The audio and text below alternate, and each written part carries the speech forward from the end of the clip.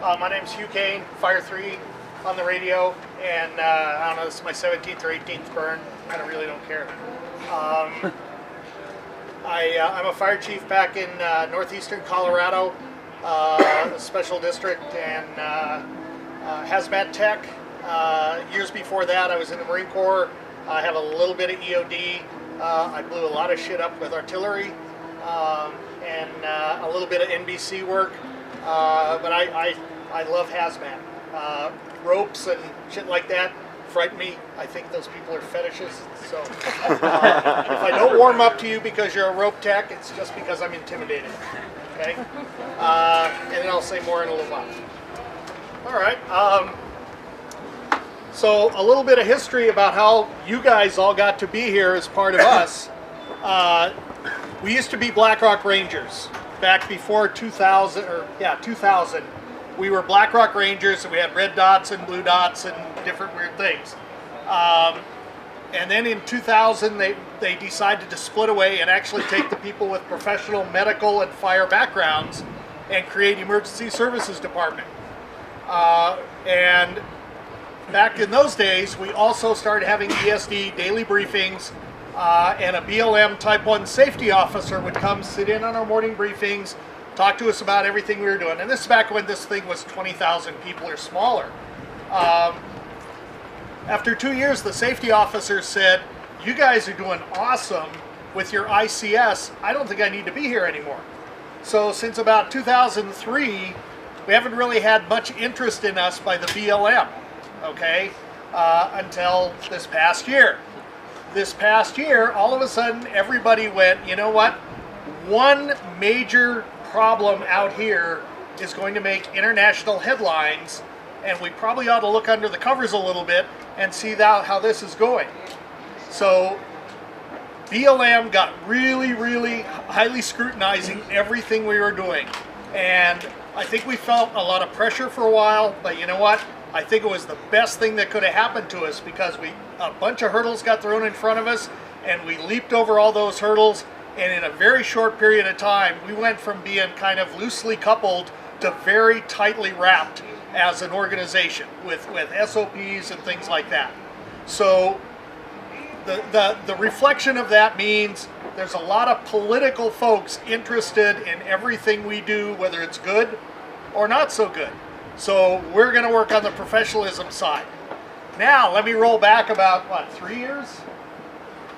3 years, fire camp was this really highly functioning group of people camping together, brotherhood of the fire station and everything else. I was telling somebody I was doing a hazmat class, and they said, "Oh, well, the guy who wrote the book just cooked you lunch." I went, "What do you mean?" He said, "Well, go look. Chris Hawley and wrote the book that I was using for a class I was teaching." I went, "No shit."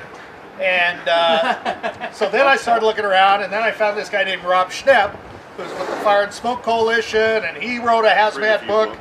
And then I started coming across all these other individuals who were back there making bologna sandwiches for us, and I went, "That's the wrong place for them. We need to be out here adding their talent, into the mix for emergency services." And so the last 3 years, ESD and hazmat has really grown. Also, with the past couple years and a lot of the effort of Andy Graham recognizing the risk potential, we added the tech rescue side to it. So then for a couple of years, we basically lived with all the equipment in that big white trailer, hauled around by a pickup truck. And once you get used to this city, realizing that emergency response in a truck and a trailer is just a headache. And so we went to the org, and that BLM microscope actually made them open up the wallet a little bit, and we were able to get this truck here, which is our now hazmat rig. Just like I was not surprised that it took 2 hours to put 10 pounds of shit in a 5-pound box. But that's what firefighters do. So kudos to you, you held up the tradition well. So now we have this piece of equipment. Then over the past year, we had to put in for a lot of budget items. We already had some hazmat, some pads and things, and a lot of folks like Luke and that would bring equipment home that we could never afford. And so we started building that up. It was a huge co-op effort. Well, now we actually own some of this stuff. The org has been supporting us financially to get what we need. So a lot of the equipment on here is brand new to us this year. We're going to try and hang on by our fingernails to that generosity that the org is giving us financially to help build this program up even better. We hope to get another truck to make it a permanent engine next year. And so feedback from you, because you guys are probably about the best in the world. I dare anybody to come up with a group better. More experienced, more knowledgeable, more professional. But if you have ideas and suggestions, that things that we should put into our request hopper for the future, we'll start working on that. Because Penny and I get together every year and we work on the budget for fire, and Hazmat in there. Chris is always sending me a list. Hey, we could use this, we could use this.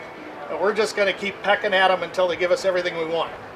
So I think it's awesome that you are all out here, that you're all giving up your time and talent, because who in their right mind but a hazmat person would come out here and want to do this for fun?